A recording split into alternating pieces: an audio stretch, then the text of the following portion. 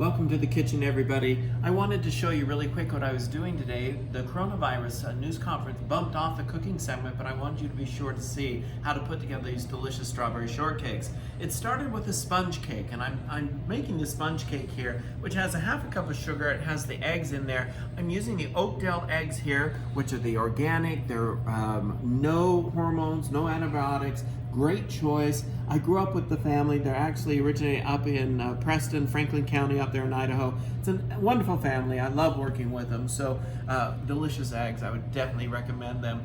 They're going to go in there. I'm going to whip. It's the whole egg. So I'm going to go in. It whips the whole egg. Now, be patient. It takes about 10 minutes to get those whipped up into a stiff peak. You want to make sure they're very stiff and hold together. Add in the flour, and that's it. It's a very simple sponge cake recipe.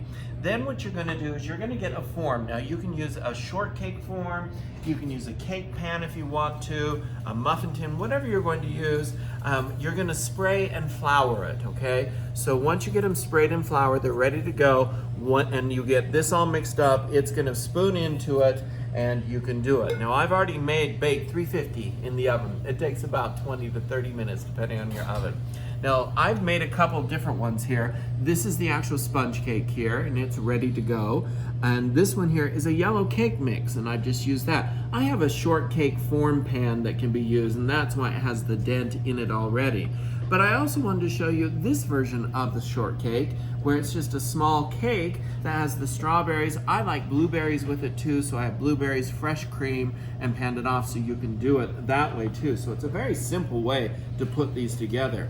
Now, the nice thing about a strawberry shortcake is it is an elegant dessert, and honestly, it does not take much to put it together to serve it. Now, these berries have been macerating, which means they have all these yummy juices in there, and those are always good and delicious to do. I'm just gonna spoon those over, and however you decide, whichever cake you want to use, a yellow cake mix, if you want to do the sponge cake, just spoon it over. But I wanted to show you a trick with the sponge cake. This is a simple syrup, and all it is equal parts of sugar and water, and I have a little almond extract in here.